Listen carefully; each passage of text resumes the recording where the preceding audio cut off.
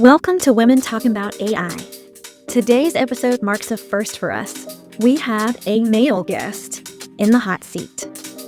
We hope you enjoy this episode with David Shapiro.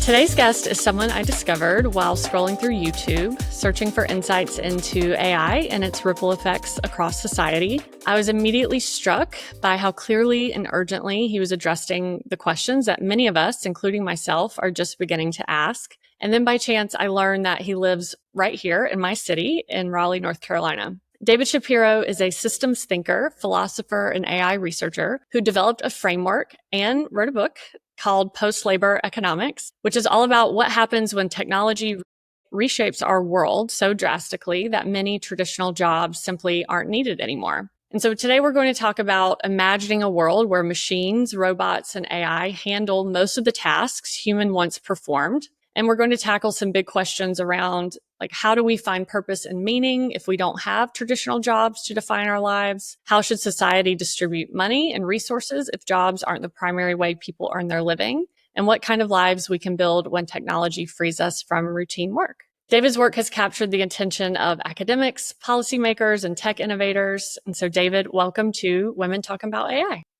Thanks for having me. It's good to talk again. Yeah, I'm excited. We talk a lot offline, and so it's nice to actually bring this online and bring Kimberly into the fold. I know I bore Kimberly with all my musings about what's happening in the economy, but Kimberly always brings this really interesting perspective from as an applied linguist. And Dave, I was talking to you earlier, so I'll be curious to hear what Kimberly takes out of this conversation. So let's dive in. I just described what post-labor economics is based on my understanding of it. Dave, tell us what post-labor economics is for you and how you came to be interested in it. Yeah. So I define post-labor economics pretty simply. Fundamentally, what we're looking at is the decoupling of economic productivity from human inputs. In other words, the GDP will no longer be directly correlated to labor. This trend has actually been going on for quite a long time, and it's only accelerating with each new wave of technology, starting with, factory robots and internet and computers. That started the trend, but now, of course, with artificial intelligence and humanoid robots, it's only continuing to accelerate.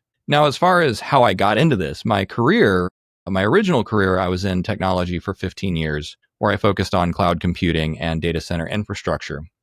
And there's a huge amount of automation in that. So my original interest in automation branched into artificial intelligence and machine learning. Then a few years later, the GPT wave and ChatGPT came out, and kind of the rest is history. Initially I wanted to participate in artificial alignment safety and alignment research. But over time, I kind of realized that area is not necessarily solved, but it's already getting all the time and money and attention that it needs. Every major corporation out there, and as well as every university, is participating in AI safety research. But my audience, because I have a relatively large audience on YouTube and other platforms, I was able to sense from their concerns, okay, well, what about jobs? You've convinced us that, AI is not going to turn into Skynet and kill everyone. The next big problem on everyone's mind is, what about the economy? What about jobs? How are we going to make ends meet as AI is ramping up exponentially? And so by answering that question, I actually came up with the term. I coined the term post-labor economics sort of casually, almost as a throwaway line, just like, this is what we're talking about. And then over time, that framework has been more and more refined. I've been working on it for about the last 2 years now, just doing as much research as I can and talking to economists and fielding these ideas and so on and so forth. And that leads us here to today. You really touched on a lot of things that were top of mind for me, because I was kind of in a crisis. When Kimberly and I first started doing research on AI, I'm not going to lie, my initial impetus for that was fear-based. I was worried. I'm a consultant and a researcher, and I was like, okay, well, if this technology can do a lot of the work that I do, am I even going to have a job? And so I sought out to just understand it as much as I could so I could start wrapping my head around it. That's kind of how I deal with fear, just try to learn as much as I can. And then you were making these really strong connections to this idea of meaning making, which I had read about in Fei Li's book. And you call yourself a philosopher. And I find that really interesting too, because there's so many things that intersect when you become interested in AI. And your framework is very interdisciplinary as well. And I'd love for you to touch on, just describe the 6 pillars of the framework at a high level, and then we're going to dive into them a little deeper. Yeah, absolutely. So over time, kind of working through reading a bunch of other history and economics, I realized that post-labor economics really needed to be kind of codified into some kind of, framework or pedagogical structure so that people could understand it and it could be learned and taught. And that's kind of what I've spent the majority of this year doing, was just taking all these, big ideas and different kind of domains and tying it all together. So the 6 pillars or 6 parts of this framework are: number 1, the rise of automation, which is what we're seeing and discussing. And it's not just generative AI, by the way. There's lots and lots of forms of automation, and it has been rising for several centuries now. Part 2 is the decline of labor, where we look at the decoupling of productivity from labor inputs, the undermining of labor power, and what has happened historically when labor has shifted, the different economic paradigms that society has gone through, from an agricultural paradigm to manufacturing, and now we're in a service-based economy. Part 3 is about power and social contract. So fundamentally, this asks the question, when labor power erodes, how do you keep society balanced? And historically speaking, in nations or regions where labor is cheap, life also becomes devalued. And in fact, it was actually one of the most famous examples was the bubonic plague, which reduced the population of Europe, actually led directly to democratic reforms, because as labor became more scarce, laborers had more leverage. It was basically an involuntary, similar kind of power dynamic as strikes. If you can withhold labor, then you can demand concessions from the owners of state and capital. So that's part 3. Part 4 is measuring the great decoupling, which is looking at the KPI, econometrics, and dashboards that are already being used all around the world to track this kind of decoupling, and looking at some possible de novo metrics so that we can actually say, okay, well, what are we trying to optimize for? And the very short version of that is we're trying to broaden property-based economic participation in the future rather than labor and wage-based participation. Part 5 is all of the concrete interventions. So there's kind of 2 primary pillars of interventions. I call it the pyramid of power and the pyramid of prosperity, which is basically how do you distribute and allocate this new generated wealth that's coming from artificial intelligence and robotics. And then the second part, the pyramid of power, is how do you actually construct a new social contract in which the ability to withhold labor becomes basically irrelevant from a political and capitalist standpoint. And then finally, part 6 is life after labor, which is looking at the first principles of the human animal. What do you need for happiness and health?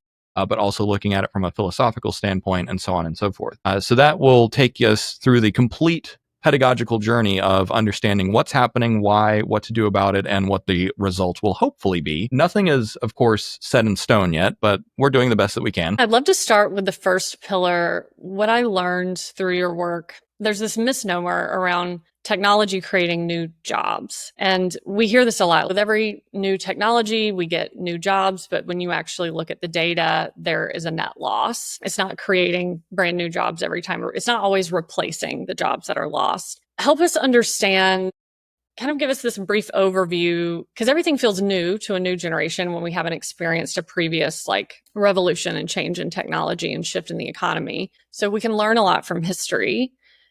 Could you just kind of walk us through a little bit of that journey on what you've learned about automation and this misnomer around technology replacing lost jobs? Yeah. So the primary principle to understand here is that technology is deflationary. And what that means is that it makes the cost of goods and services cheaper. Now, what historically has happened is when prices come down of goods and services, namely food, let's just use that as an example. In the year 1800, about 3/4 of Americans were farmers. By the year 1900, only 40% were farmers. And today, only 2% are farmers. So automation and other general purpose technologies have made the production of food so much more efficient that we've actually liberated all of those workers to do other things like be YouTube creators. Now, so you might say, okay, historically, it looks like technology creates more jobs, but it's not a direct causal link. It is a downstream effect of that liberated capital, meaning now we have more options. We have new categories, for instance, like software developer. You actually couldn't explain the job of software developer to an industrialist of the 1850s. What do you mean program a machine? You give it code and then it does things? It just didn't make any sense. So technology ultimately does create new entire sectors or job categories. The assumption is that technology will again create new sectors or new categories in the future. However, when you look at the intrinsic qualities that humans have, basically what do we offer to the economy that is monetizable? there's 4 basic food groups. And so that is strength, dexterity, cognition, and empathy. We automated strength away quite a while ago with steam power and diesel engines and so on and so forth. Then we are working on automating away dexterity with robots and humanoid robots and that sort of thing. And right now we're in the midst of automating away the need for human cognition. As generative AI models become smarter exponentially, they're able to work autonomously for exponentially longer. The rate that it's doubling is about every 4 to 7 months. So that means when an AI can do an hour's worth of work on its own right now, by the end of the year, it'll be 2 hours, and then so on and so forth. It's going up exponentially with really no signs of slowing down. If anything, it's accelerating. So when you combine these facts, you say, okay, well, job tasks they do tend to go away, some of them. When you look at agriculture and manufacturing, for instance, in 1979, manufacturing employment in America peaked at about 22 million. And today it's about half that. But yet, despite having half of the manufacturing employment, we have 3 times the output. So that's exactly what you expect from an automated economy, where less input, more output. That's ostensibly a good thing. It's good to create that level of abundance. However, that means that there's millions of jobs that have gone away and have not really been replaced. Coal mining, of course, has been on the way out for decades. Manufacturing has now been on the way out for decades. And even though they're still relevant, they're not coming back. So then when you say, okay, well, what based on the supply side, so labor supply is what is it that we can offer the economy, we have one last ledge to stand on, which is empathy. So as cognition is being automated, as dexterity is being automated, and strength has already been automated away, that means that the remaining jobs are all going to cluster around empathy-based things. So that's communication, trust, relationships, authenticity, experience, those sorts of things. So then you say, well, there isn't a fifth paradigm, right? We're moving towards a meaning economy or an experience economy, and we're moving towards an empathy-based kind of labor arrangement. But there isn't anything after that, nothing that has come up yet. And you typically by now, you'd expect to see kind of the first signs. Some people have proposed things like we're entering into a care economy because healthcare in America takes up 20% of the economy. But just because something takes up a large chunk doesn't mean that it's always going to. For instance, with advanced AI and robotics, that could really dramatically bring down the cost of healthcare. I think that answers your question. Did I miss any parts? No, you did. You answered it. And I want to zoom in on something you talked about, which is around like productivity. When we think about human productivity, which is directly related to automation, how we leverage technology. So you talked about how AI is like doubling every 4 to 7 months, and then the amount of work it can do. So thinking about a human leveraging that, and already companies, I was looking at NVIDIA, the average senior engineer is $400,000 a year, but they're producing the equivalent of $1 million a year in revenue. And so that's inherently problematic when you think about people losing job and all of that money flowing to the top, to the corporations, which is why you touch on the need for, you talk about UBI. I've recently been learning about universal-based services as an alternative to universal-based income. But I'm trying to connect the dots for our listeners because I think so much of the focus, when you think about what's in the news around job loss, they're not also thinking about these other levels of, well, then what happens in terms of corporations? And then that leads to the loss of power of laborers, which is that social contract. Help us understand what this means for the next 10 years as people are grappling with this. And we're going to start to see the impact of this in real time, and what your thought is on the timeline of UBI. And because I think that's what I get anxious about. I'm like, okay, well, when is this going to happen? And how do I prepare? And what does this mean for my students? So can you just kind of bring that back full circle in terms of how you're thinking about this, the timeline of it all, even though I know you don't know for sure, but you've theorized this a bit. Yep. I mean, if I could predict the future, I'd probably be a lot wealthier than I am. But with that being said, we can look at several empirical trends today. So number one, no matter how you slice it, AI is getting smarter fast. There's a thing called benchmarks, which is when you measure each new AI model against a standard test.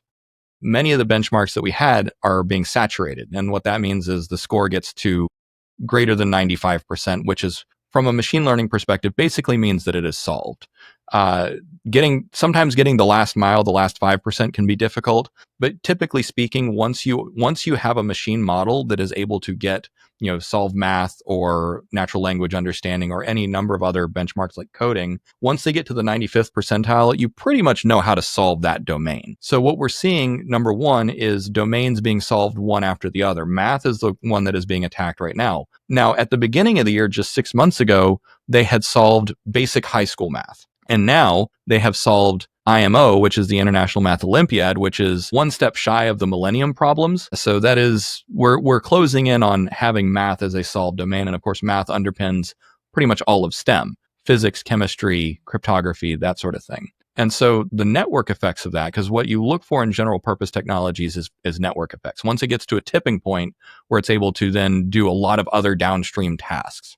So that's one trend. Another trend is looking at the level of autonomy of these agents, which is actually pretty hard because you need to have things like memory and tool use and more sophisticated cognitive architectures to allow these computer using agents to be autonomous for longer and still succeed. So that's going up exponentially as well.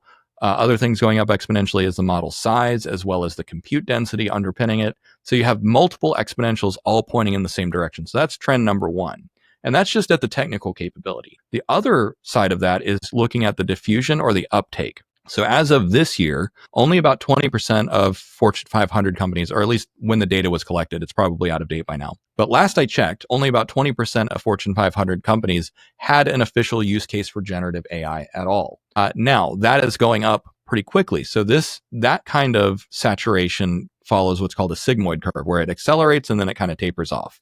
So we're at the ramp up of the sigmoid curve. We're not at the 50% point yet, but the rate of adoption shows that we're going to reach, 70 to 80 or 90% of Fortune 500 companies using generative AI by about 2028 at the latest, which means that the entire industry is going to be saturated with generative AI by about 2030 or 2032. That's when you're going to look at the 90 to 95th percentile, and only a few laggards are going to have no official use cases for it. And that could be something like construction, although you never know. Between now and then, the AI will continue to improve. So when you look at these facts, you say, okay, we're going to reach a tipping point where the technology uptake accelerates and it's improving at the same time, which is part of what drives that accelerating uptake. So when you look at those facts, you say, we don't know exactly what's going to happen because you have first, second, third order effects and knock-on effects and downstream effects, those sorts of things.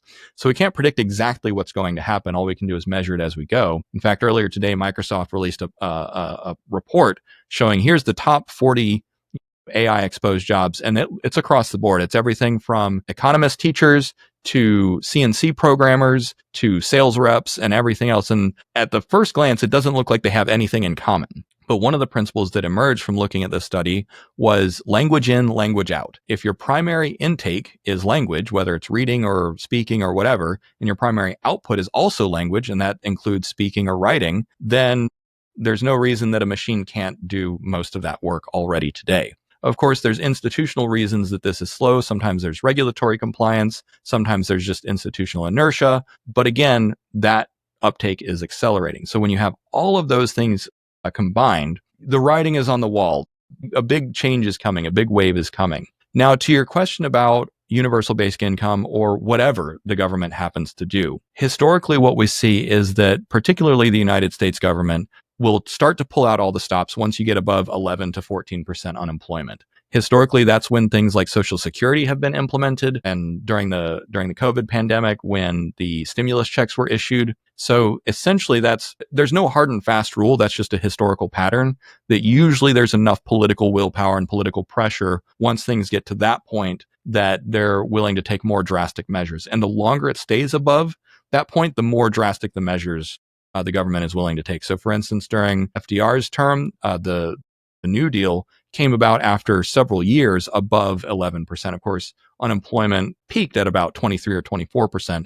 It wasn't there for long, but it stayed above 11 to 14% for multiple years, which when you have that amount of economic pain, then there is more and more political pressure to do something. And hopefully this is why I have been working so hard on this book, so that we have a roadmap of what to do when the political pressure is there. Now, fortunately, governments around the world are already taking baby steps in that direction. Now, some of the policies being implemented or tested are not explicitly to address this problem, but based on all the research that I'm doing, a lot of these policies, for instance, baby bonds. Several states in America have already implemented baby bonds where they give every qualified birth is given a trust of $1,000 to $3,000, depending on the state. The federal government is about to start trialing that. So that's what you might call universal basic capital, which ensures that everyone who's born is able to participate in the growing economy of the future. That's just one example. There's plenty more examples in the research and literature. Don't need to get bogged down in that. But the point is that while governments are already reacting to economic pain of today and more or less all moving in some very similar directions in terms of redistributionist policies or what's called pre-distribution. So universal basic capital is called pre-distribution, where you're just saying, let's make sure that everyone can participate. And then on the front of power, many nations around the world are experimenting with things like CBDC, so central banking digital currencies, which opinions are strongly divided on because that could result in surveillance capitalism. But if it's implemented correctly, it would actually reduce transaction costs by giving people an alternative to the Visa and SWIFT networks, just as an example. Blockchain-based IDs as being trialed in the European Union, blockchain-based democracy and land records as used in several nations in Europe. These are all examples of things that are actually being done today already that are not just proofs of concept. Some have been implemented for more than or almost a decade now, which then demonstrates, okay, we have ways of actually building new infrastructure around all this. So the answer to your question is there's no one silver bullet, right? UBI will not solve the problem. I call UBI a necessary but not sufficient ingredient of the entire pyramid of prosperity. But many of these things are already being trialed. That's cold comfort to people that have lost their jobs. Because governments always lag in these kinds of things, historically speaking, sometimes by decades, particularly before modern economics in the 17 and 1800s. It took decades for anyone to really kind of figure out what to do about industrialization. However, the cycles are shortening. The first industrial revolution unfolded over about 150 years. So that was steam power and the loom and the water frame, that sort of thing. The second industrial revolution was electric motors, more steam, and eventually diesel power. That unfolded over about 70 to 90 years. The third industrial revolution was the digital revolution, which went from about the late 40s to the 80s or 90s, depending on how you measure it. So less than half a century or about half a century. And now the fourth industrial revolution that we're going through now arguably started only about 10 or 20 years ago, but it's already picking up speed. So the cadence of these changes are happening faster as well. And that's all measurable. This is why pillar number 4 of the framework is, what are we actually measuring and what are we seeing? Because if you don't have data, you don't have anything. I'm sure you can appreciate that as a researcher. I'd love to talk about that. That was very interesting to me when you talked about GDP as being the wrong measurement. Yeah, so I'm proposing 2 new measurements. They're not tested yet, but they're more illustrative as to how we can creatively measure these things, and it's more a discussion of what do you measure and why, and then what do you do about it. So, for instance, as educators, what is the purpose of grades? Right, the purpose of grade is to provide feedback so that a student knows what they're doing or if what they're doing is working or not, and it's also a way of tracking progress. So GDP is good for a few things. It obviously has many flaws. These are well documented. For instance, there's a joke going around the internet right now that China is building skyscrapers and then demolishing them, and both events actually count towards GDP. Because you have to pay people for those transactions, even though you're spending money and resources and then destroying that value. So that's an example of a flaw of GDP. You're actually recording loss as well in some circumstances. So GDP doesn't capture everything, and in particular, it's mostly just the top line of the economy. You're not looking at the lived experience of people within that economy. One of the problems that we're seeing, so here's another metric that is being tracked, is labor's share of total income. Labor's share of income peaked, I don't remember the exact date, but several decades ago at about 64%. And today it's down to about 52%, meaning that more and more of total income that's transferred across the economy is B2B, meaning the businesses make the money, but that never actually materializes in paychecks. So that's an example of something that GDP doesn't really capture. So the 2 metrics that I have proposed, one is what I call the Economic Agency Index, which is a ratio of household income. So there's basically 3 buckets that you can categorize household income. So there's wages, which is you get paid to do something by an employer or for contracts or consulting. Then there's property-based income, which is stocks, bonds, rental properties, those kinds of things. Any asset that you own that provides income passively. That can also be businesses that you own, but if you're running the business, it's a little bit dicey. That's kind of one of the only places that breaks down. And then the last is transfers, which is stuff coming from the government. So that's Social Security, nutrition assistance, welfare checks, Medicare, Medicaid, those sorts of things. Basically, if you get value that's directly from the government, which is either paid for by tax dollars or by printing money, that's a transfer. So the Economic Agency Index creates a ratio of those numbers, what's called a Z-score. And so basically what you want to do is you want to see property-based income going up over time. Now, this is something that a lot of economists already agree on, is that the importance of wages as a component of aggregate demand and household income is declining. That's pretty much unequivocal, and it's a global phenomenon. So the answer then is, if you don't want to rely on government transfers, which, by the way, UBI would be a government transfer, you don't want to rely on that for a number of reasons. Namely, look at how the government sometimes just cuts people off at the knees about, Medicare or Social Security. You don't want that as a risk factor. You want market-based solutions, which means you need to broaden property ownership. But if you're not measuring how much property income people are getting, you don't know how to optimize for it. And you can't look at, what is this state doing differently? What is this county or city doing differently, or this other nation? So you need to measure it. So that's the point of the Economic Agency Index. And then a parallel one is what I call the inclusive capital income ratio. And this is an even simpler metric, where you take the median household of any given region, whether it's a local, regional, national, or international. You take the median household and you look at the ratio of how much of that household income comes from inclusive capital versus everything else. And so inclusive capital would be things that pay dividends, right? So if you get a check from, for instance, Norway's sovereign wealth fund, I don't think that they pay out checks. I think they use it to fund government services. But if you get money from dividends, from bonds, from collectively owned community assets, from sovereign wealth funds, those sorts of things, that is inclusive capital. And when you look at this number, it's actually abysmal right now. Most places are hovering at about 6% or less. Only a few places are at above 6% inclusive capital income ratio. And that's usually really wealthy tech hubs where a lot of people have tech stocks. So then it's like maybe 10%. So in the future, what you really want to see is getting that up to above 50 to 70% is what I would like to see, because that means that most of everyone's income is coming from inclusive capital, which is something that is going to be tied to the growth that AI and robotics and eventually solar and nuclear fusion drives the economy. So once you have those measurements, and again, I do need to caution that they have not been battle tested yet. They're not means tested in reality, but it just goes to show this data is already there. We can start consuming it and start using that as a way of comparing regions, so that we can do A/B testing between cities and states and nations to see what works and what doesn't. But then also it gives us something to track over time. Well, it also makes me think about, these reports that I see that I think influence people's perception of what's happening, where there's all this talk about going back to productivity. And I tell folks, if you are an individual worker within an organization, all of that productivity that you're doing, it's not going directly, like, we haven't seen wages skyrocket as profits skyrocket. And so that also speaks to the growing gap between the haves and the have-nots. We have such a big gap right now. And that feeds into your discussion around the social contract and around power, because as laborers, even if we're 10 times more productive using the technology and those wages are not trickling down to us, it doesn't actually give us more power. And then when we lose a job, we have no leverage.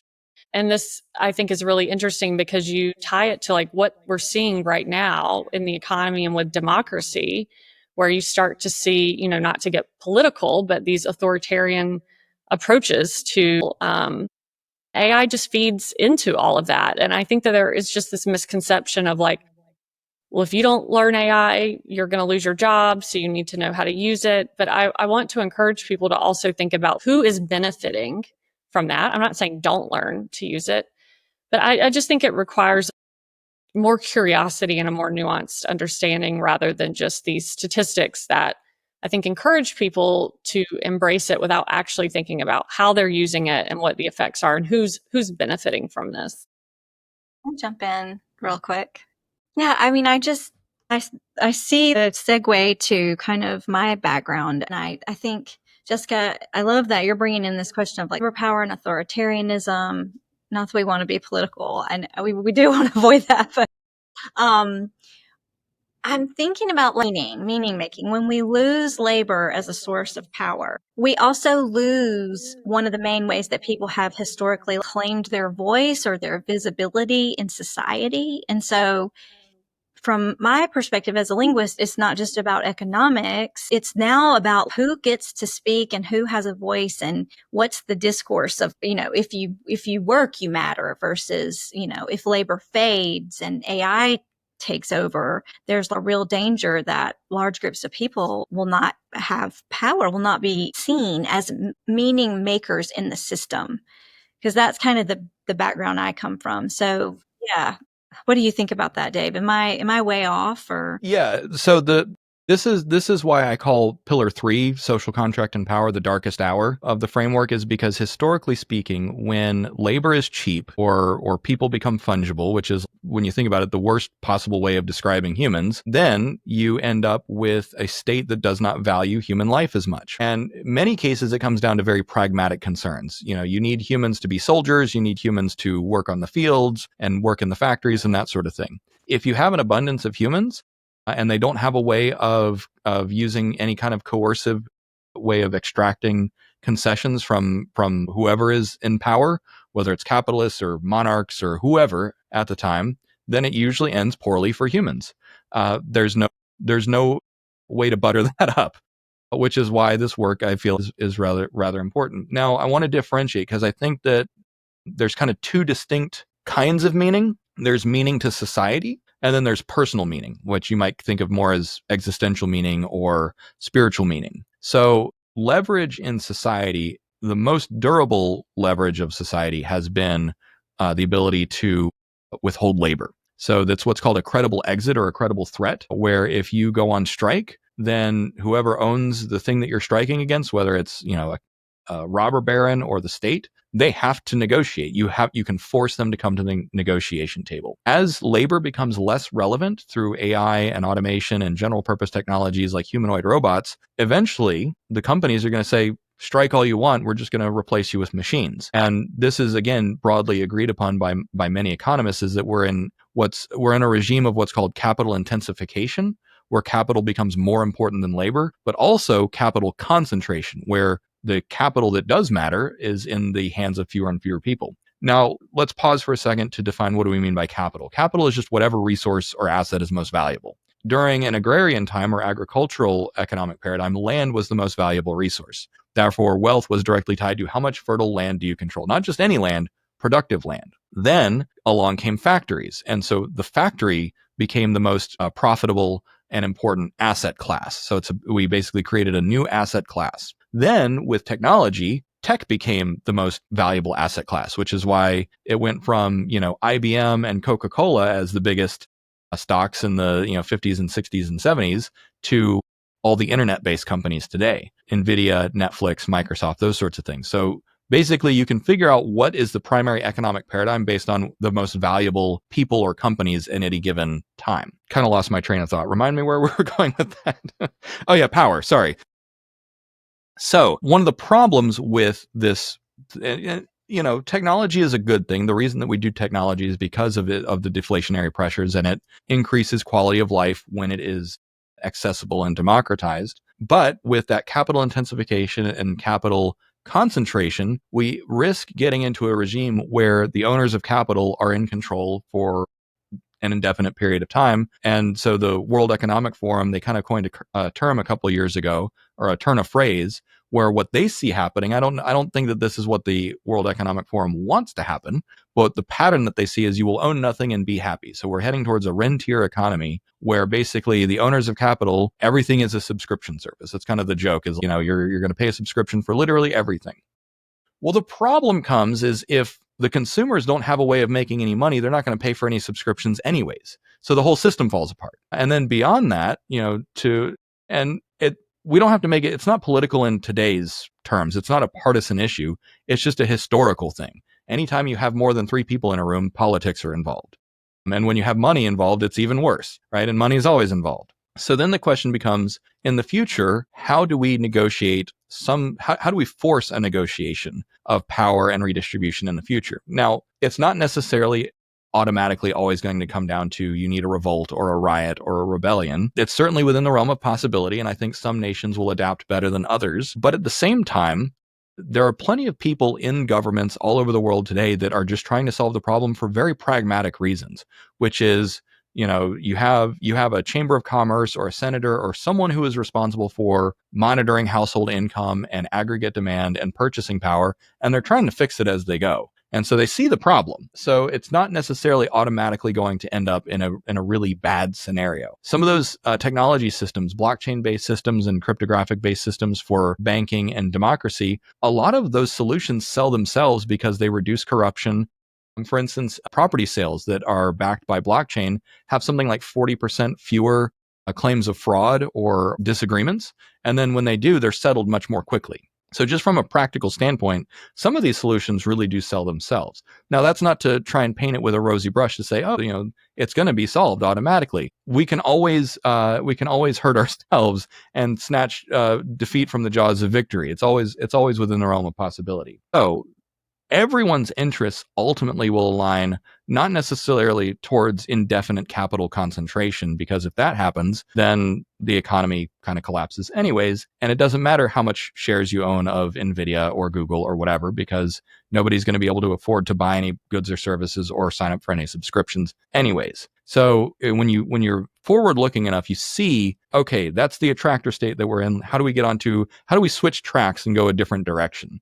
And that's where all these different interventions come in, and the measurements. You were talking about how different nations are going to do better than others. And I think about our Western culture and our Western values, like hyper-individualism. We're not a collective society. But as we know, these issues that we're talking about are societal, systemic issues that need to be addressed. But yet, in so many cases, the problem comes down to the individual to solve. It lands on you as an individual. Yeah. So, this goes back to, Adam Smith and Keynes and other thinkers that basically say that all humans are fundamentally selfish and rational self-interest and those sorts of things. However, while there is some truth to that, if you double down on those ideas, it also becomes unsustainable, which we know. And so there's always, and this is studied from an economics perspective, a political perspective, philosophical perspective, there's always tension between the individual and the group, however big the group happens to be. And people are often member of many groups. You've got your family group, your work group, your professional group, and these increasingly large circles of belonging. There's a philosopher turned neuroscientist called Patricia Churchland who wrote a book called Brain Trust. And she talks about how even at a neurological level, you can actually see how much you care based on how detached the group is from you or how other the group is from you. So there's a lot of physical evidence to say this is just how humans work. At the same time, there is tension, and when you have a nation of over 300 million, or in some cases over 1 billion, such as in India and China, you do need systems in place, and you do need larger scale principles like constitutional democracy that we enjoy here in America and many Western nations. So something that forms kind of the social glue. Another thing that can form social glue is a new narrative, right? So before we jumped on, you were talking about the Protestant work ethic. So Martin Luther and John Calvin created, kind of the ethos that we still have today, but which started many centuries ago about, work is righteous. It's a divine service, and it's the morally correct thing to do, and so on and so forth. And some people, Max Weber actually, in I think 1912-ish, wrote that he suspected that the Calvinism and the Protestant work ethic is actually why capitalism took off in the West. Just, hey, the harder you work, the more, not just that you should be rewarded, but that reward is justified at a divine level. So, you can't get more morally aligned than that. Agree or disagree, that's been the prevailing norm, which basically rewards workaholism. And it's an ordinal kind of thing, because it's not just that work is sacred, it's that laziness is evil. And so if you're a bad person and if you're not rich, then you're a bad person. I had friends in college whose parents lived in rural North Carolina, and they had a tremendous amount of guilt and shame because they were not rich people, and they came from a very religious part of the state. And so there was this this paradoxical pride and shame kind of going hand in hand. And it's kind of, I don't know if it's paradoxical, but it's certainly kind of a head scratcher when you look at it. So anyways, Not to get too political, but that's just how we got to where we're at. And so with a new narrative, a new way of understanding what is moral, what is ethical, what is valuable to society, it'll take time. And these kinds of things, now, obviously, when you have someone like Calvin and Martin Luther create these new narratives, it can be constructed, and sometimes just by individuals, but then it has to be spread, and you build a message and a movement and that sort of thing. That's not something I've worked on yet, but it's something that I've certainly studied, and I think that society will adapt. Now, it's also instinctive. So there's a book by Will Storr called The Status Game. Phenomenal book. It explains so much about human behavior, where basically every human is still a social ape. And so one of the things that we're most unconsciously cognizant of is social status, rank. And there's different kinds of ways of establishing rank and raising your rank or losing your rank, and all the rules and meta rules that form around status games. That has never gone away. That predates money. It predates war as we know it today. There's always status signifiers in every society from, Neolithic tribes on up, probably even before that. We see status games played in animals, dogs and chimpanzees and stuff. Like, I have a dog who is very status conscious, and her primary metric is how big the dog is. There's a German Shepherd at the dog park that we go to that she's very submissive towards because he's a big, strong guy. And she likes her big, strong men. But then for smaller dogs, she'll bully them just because she's stronger than them. And so she's got those very, very primitive instincts. Studies also show that even human babies, I think as young as like 3 or 6 months, are status conscious.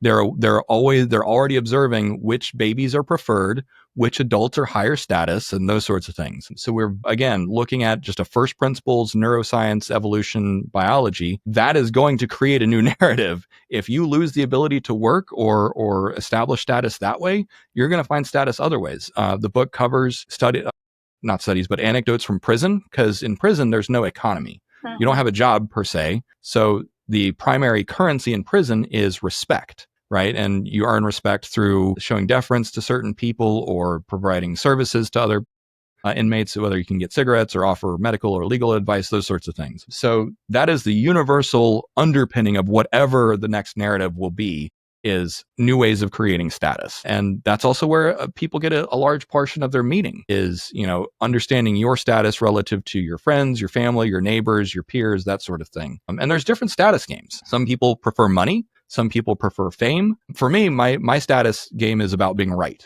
I'm not trying to prove that I'm right. I'm trying to become more right over time. So it's a very intellectual status game. But yeah, everyone plays these games consciously or not. Can we go back to this idea of workaholism? And have you read Rest is Resistance by Tricia Hersey? I have not, but I read a bunch of other books about burnout while preparing for my own burnout. So tell me about that book.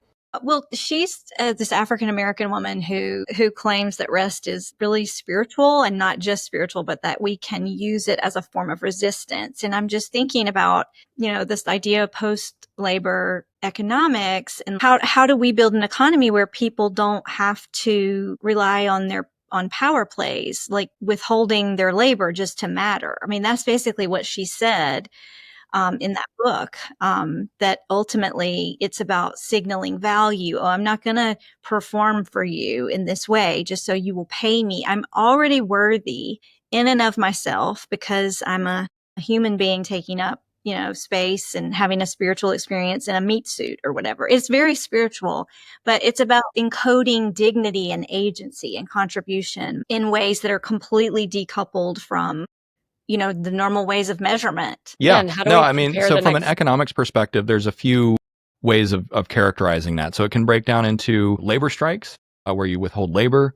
There's economic withdrawal, where you say, I'm not going to participate in this segment of the economy. There's tax resistance, where you use strategies to avoid paying taxes, or some people even go so far as breaking the law and just refuse to pay taxes. So there's all kinds of things. But then on the more spiritual note, or the personal note, it's where you actually identify this is an act of rebellion. So in America, young kids today, some of them do what's called bed rotting, which is you just stay in bed. In China, the youth, they had the lying flat movement, which then evolved to the let it rot movement, because basically the state said, oh, well, if you don't work, then you're not going to have babies and the state will implode, and you're not going to make China great again. And they said, we don't care, let it rot. So that was the youth reaction in China to that workaholism. So yeah, Being lazy as an act of rebellion is already a global phenomenon. I think that it's not necessarily sustainable. And this is not to criticize anyone who's doing that, because often, I'm the first person to say a collective movement is one of the best ways to signal that you're unhappy. In the long run, though, that's no way to live, right? People would probably not prefer to be in a state of chronic burnout and disengagement from work, where in nations like Japan, 80 to 90% of people are burned out from work and disengaged. That's also no way to live. How would we actually prefer to live? And this is one of the bedrock questions that I've asked myself many, many times over the last few years, not just in respect to AI on its own, because if AI does liberate humanity or change things, the question then becomes, how do you want to live? And economically, we get to a point of liberating humanity from the drudgery of wage labor. Then the question arises, how do you want to live? What is the correct way to live if there is one? So I studied this from a few different angles, and there's three frameworks in particular that I like. So one is Roger Walsh's TLCs. It's therapeutic lifestyle changes. It's a framework of 8 different behaviors that if you do these behaviors, you will be happier. And this is clinically validated.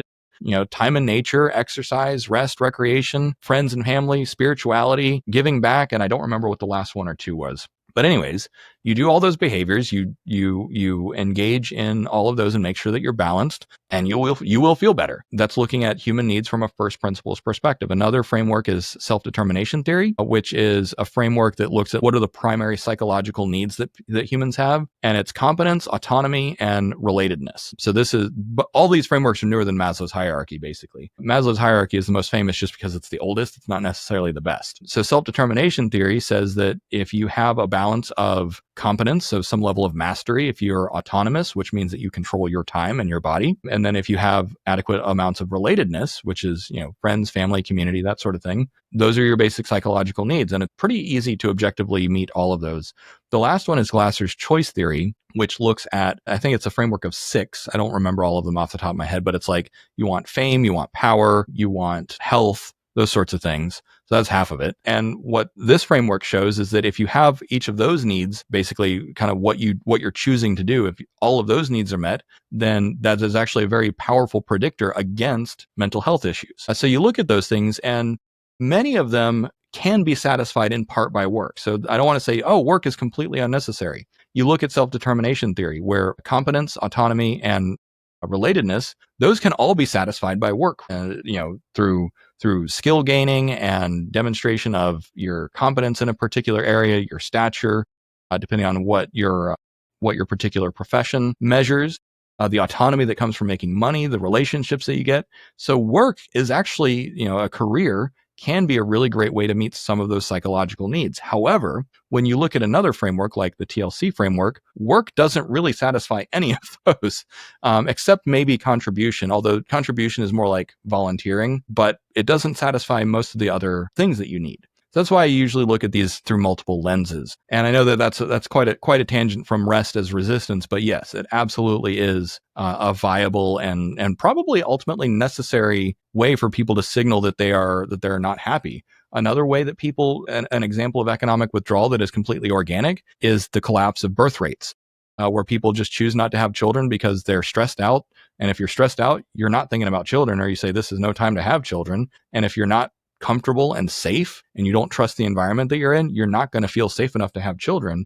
So that's a very natural kind of result of the current economic policies and the economic headwinds that we're experiencing from technology. So that's another example of it's a completely unconscious passive resistance, but it's happening. Some people blame things like feminism and contraception, but there's plenty of people that are otherwise married and well-to-do that are choosing not to have children. So that's another example of kind of withdrawing as a form of resistance. Yeah, I have so many things I could follow up. What are any of those okay, so I'm still thinking about rest as resistance and Tricia Hersey's work, because I'm not familiar with any of those other frameworks that you mentioned, TLC, but I think for me, I'm going to just make this personal at this point. When I read a framework like TLC, and I get 6 items in a list of things, if I have these 6 items, I will mentally turn that into a checklist. And then when I do not meet, let's say I have all of them, or I have 5 out of the 6, then I should feel better. Right. But then and then you're disappointed. Yeah, I'm disappointed because I haven't actually experienced anything. All I've gotten is knowledge. So I think Right. that there's a real difference between knowing a framework and then learning how to embody it. And I'm just wondering, do any of those other frameworks shift us away from productivity, like producing a relationship? What were the 6 things you said? Getting out into nature. Okay, that's not productive, right? Well, I managed to make it productive. Yeah. Oh, me too. I was I do not hiking as have much as I could. Yeah. Yeah, How many that's steps can I get in? Yep. I do not have words for anything except a checklist. It's like I need to learn a new language. Yeah. So Jessica and I were actually talking about this before we got on, and so I wrote a blog post because I had this revelation a few months ago about, and I call it the river versus the garden. So the river is a way of living where you go from one station to the next in a very linear fashion. Now there's some twists and turns and the scenery changes, but you go to school, you get a job, you get married, you have children, you have the house, then you retire. That's the life course that is prescribed by society. That's the river. And you always end up at the sea, which is retirement and golden age and grandchildren, and that's the ideal outcome. Then there's the garden. And so the garden is just a different mentality. It's a different approach to life. And I wrote this because I needed this model. And so this is a more spiritual and personal metaphor. And so whether you're using a framework of 3 points or 6 points or 8 points, rather than trying to rush through each point and check it off of a list, the way that I think about life is it's more like a garden where you have different areas that you're cultivating. And there's no end goal, right? What's the end goal of a garden? It's not like you do it and then you're done. Right. Some people do that and then they let it, just kind of all wither and get overgrown. But the point of a garden is that you're cultivating it and you're taking care of it forever. And it can change. It can evolve over time. You can grow carrots and cabbages one year and then hot peppers the next year and cucumbers and tomatoes and whatever else you want. You can get chickens and then you use the chickens to fertilize the soil, that sort of thing. So every aspect of your life, whether it is making money or cultivating relationships or building wealth and fame or advancing, whatever your mission happens to be, rather than thinking of it as a finish line, right? Because that's the river mentality. You think of it as a garden mentality. Just, is this area of my life flourishing? Is it growing? Or does it need nourishment? And so that's kind of how I move through life now. And I feel like maybe that answers your question as to like, instead of just giving you a checklist, it's an attitude shift. It's a different mental model. It's an experience, not a production of something. It's a total paradigm shift. I've been in this phase since Kimberly and I shut down Moxie. We're calling it my big pause. I'm not allowed to make any big rash decisions. But it's like this garden mentality where it's just try to find joy in your day. Don't immediately get up and start doing what you always do, which is check your email and I jump into work. And it's been really nice because I'm just noticing. My goal is just to notice right now. I'm not supposed to accomplish anything or find a new hobby. Like first I was putting this pressure on myself. Like I have to find a new hobby, and that was stressing me out. But I think about how ingrained this river mentality is. And it feels like you're swimming in what's that metaphor? It's like you're swimming in the water and there's a fish and there's like, what's water? Right. You don't question it. We go to school, and I was very much brought up with this Protestant work ethic mentality. I mean, I remember wanting to be a journalist, not to make my mom look bad, but she was like, no, you're not going to make any money. You need to be financially independent, go into the healthcare field, which I did. I listened to her. But yeah, I think about educators because so many of the people in our audience are educators, and some are in K-12, some are in higher ed. And I think of the big impact they have on this next generation. What does this mean for them? Obviously, we need competencies. People have to learn things, but this is something that needs to start young, especially if we're going to thrive in this new economy. And I think that'll be the last question because I know we're running over. Maybe we'll end on that because it ties back to education. Yeah. I think about this often. If I had a child right now, what would I focus on teaching them? And I would focus on things like communication and boundaries and self-care and cooking and relationships and those sorts of things. Obviously neurological development, learning math and visuospatial skills always have benefits as well. I just saw a study that a 2-month course on teaching children philosophy actually increases critical thinking skills. So there's plenty of ways that you can kind of construct an educational paradigm. But the primary thing to think about is, okay, if we're moving away from a service-based economy, which is primarily cognition and cognitive skills, more abstract or STEM based. If we're indeed moving away from that and moving more towards an experience economy or a meaning economy, that sort of thing, where empathy is the primary kind of offering that humans have. Anything from musical skills to other fine arts, communication, negotiation, presentation skills. I often tell people that one of the most surprising things is that I learned from my tech career was how to run meetings. And that's why I'm good on camera. And that's why I'm good on podcasts, is just talking to people that you might talk to only once, and you got to communicate clearly and figure out what to do next. I had no idea that skill would be parlayed into a YouTube career and help me build a movement in the future. But thinking about it in terms of first principles or embodied kind of wisdom, what is it that people really want from each other? And what do they need to be happy and healthy?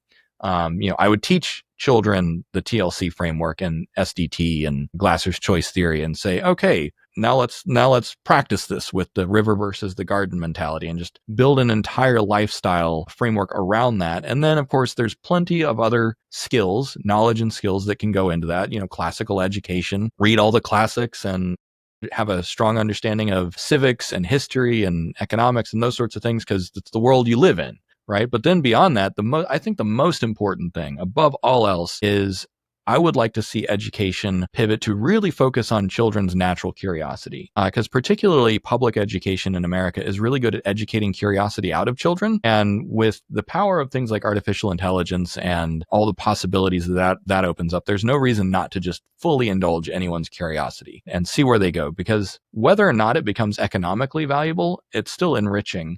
And techniques like project-based learning, you can take educators or you can take students and set them in a direction and use that as a way to empower whatever it is that they're going to explore. So those are just some thoughts on how education will probably adapt or could adapt to this coming paradigm. Well, and I love that. And I recently read about this new school. Well, they're actually not new. They've been around since, I think, 2019. It's called Alpha School. It's a private. It's very expensive. It's like $3,000 a year private, so it's not very accessible. It started out in Texas, and now it's going into these big cities. And basically, children go in and spend 2 hours a day with AI.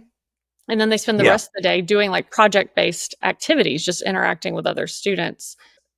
I mean, the data seemed promising, but I like the idea of using AI to personalize learning. One student was talking about how he's in 8th grade math, 10th grade history, 9th grade English. And so it really moves at your own pace. It's when I get concerned when I hear about these full AI schools that have rolled out in China where there's no people, it's just servers. The school is a bunch of servers and the children are at home and they're just on computers and they're not socializing.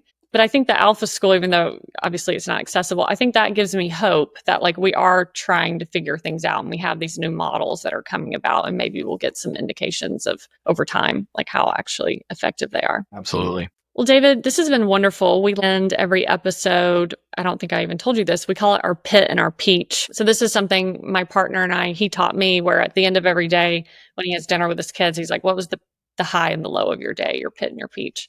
And so we like to do this as a personal note. And it doesn't need to be of your day. It could be of your week or your year, just something you want to share. I guess I'll go first since I'm explaining it. So I'd say right now I'm in LA visiting a close friend and colleague, and I'm about to go to Tahoe to visit a friend who just had a baby. And it's really beautiful to see because she has been trying to get pregnant for a while. And I'm just excited to see her in this new role in her life as a mom, because I've just known her as like my friend who I travel and have fun with, and seeing her in this new role really excites me. And so I'm really looking forward to that.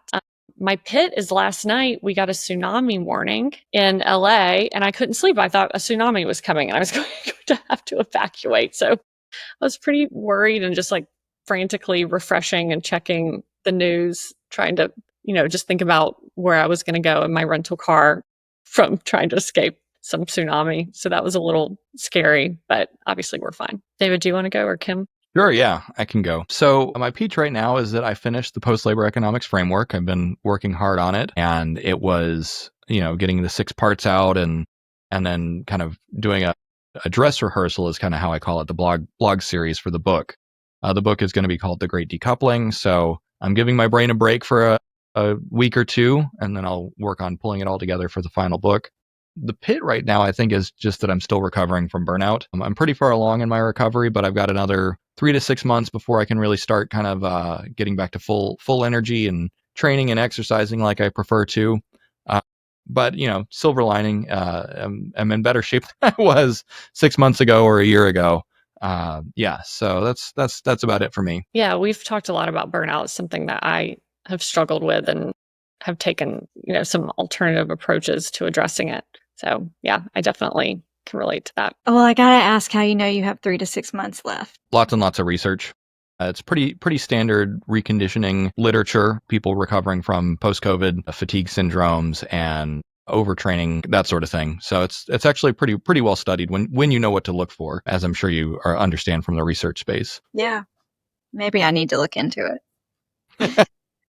So my pit is I use exercise as physical and mental health conditioning, and I have 3 different tears in my glute, but it's really at my hip.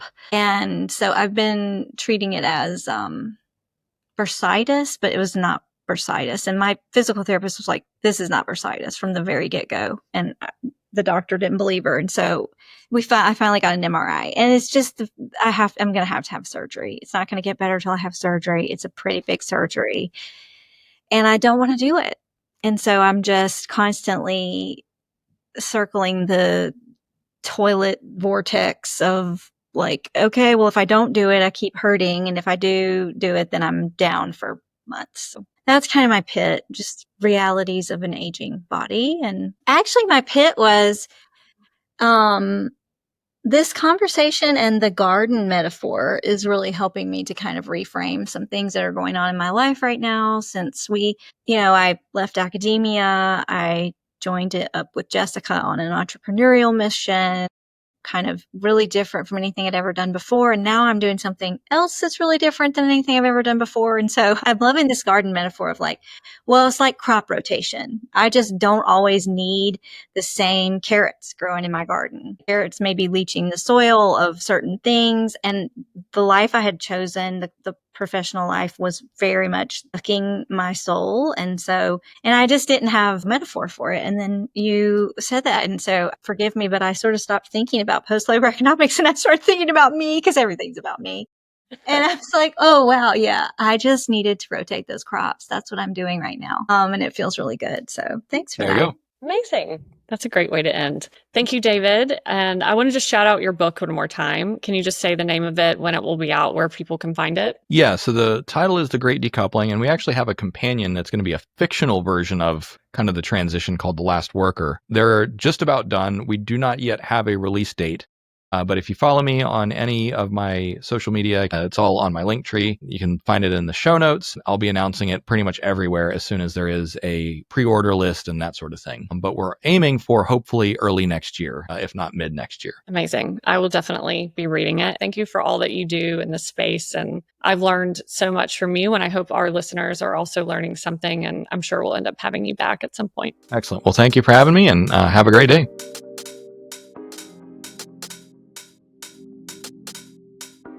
Thanks for tuning in to Women Talking About AI. If you enjoyed this conversation, please be sure to follow the show, leave us a review, and share this episode with a friend or colleague who's thinking about the future of work. It really helps more people find us. Until next time.